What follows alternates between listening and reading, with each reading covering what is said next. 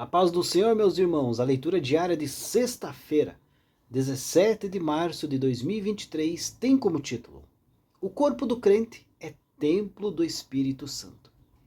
O texto bíblico encontra-se na primeira carta de Paulo aos Coríntios, capítulo 6, versículo 19 e 20, que diz assim: Ou não sabeis que o nosso corpo é o templo do Espírito Santo, que habita em vós, proveniente de Deus, e que não sois de vós mesmos, porque fostes comprados por bom preço?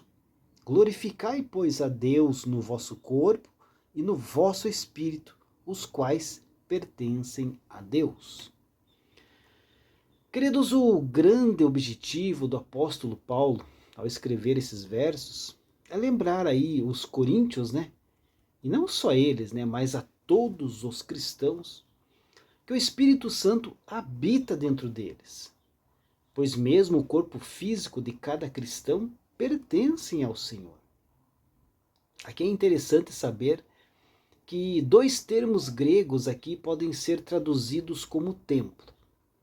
O primeiro é hieron, e indica aí todo o complexo que formava o templo em geral. Já o segundo é naos, e refere-se aí especificamente ao templo em si, ao lugar mais sagrado. No templo de Jerusalém, esse termo indicava aí o local onde ficava o lugar santo e o lugar santíssimo. E para os judeus, era onde Deus habitava com seu povo. O apóstolo Paulo utiliza justamente, queridos, esse segundo termo, naos, para indicar aí que é no corpo individual de cada cristão que o Espírito Santo de Deus fixa a sua residência. Sem dúvida, muita gente não compreende tamanha honra que está envolvida nessa verdade. Palácios e mansões esplendorosas podem servir de habitação a reis, a príncipes, a celebridades e pessoas importantes. Mas apenas o corpo daquele que foi redimido por Cristo é que pode servir de morada para o Espírito de Deus. Deus se agrada de habitar no verdadeiro cristão por causa da presença santificadora do Espírito Santo, que faz com que o corpo daquele que nasceu de novo seja verdadeiramente um templo que recebe aí a presença divina. O grande teólogo William Hendricks, em seu comentário expositivo aí da primeira carta aos Coríntios, diz que nós não somos os donos de nosso próprio corpo, porque Deus nos criou, Jesus nos redimiu e o Espírito Santo faz sua habitação dentro de nós.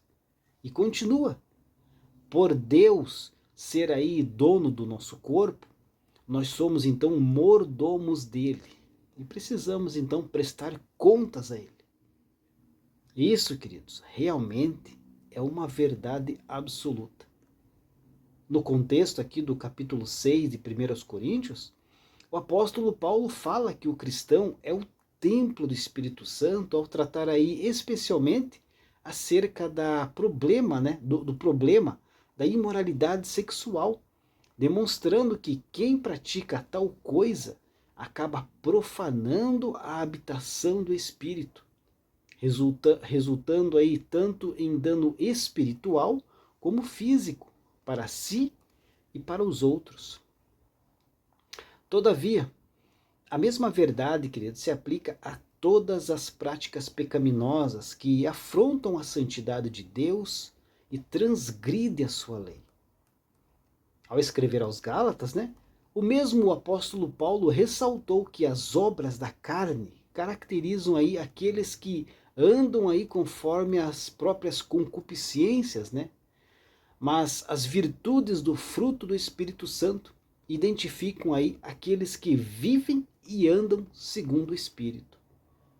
Portanto, aquele que é verdadeiramente templo do Espírito Santo, naturalmente será cada vez mais parecido com Cristo, moldado segundo a ação do Espírito de Deus, vivendo em contínua santificação, até que chegará aí o grande dia em que a habitação divina no cristão alcançará sua mais perfeita e plena expressão, quando ele reinará com Deus por toda a eternidade, nos novos céus e nova terra. Deus abençoe a sua vida e uma ótima sexta-feira a todos.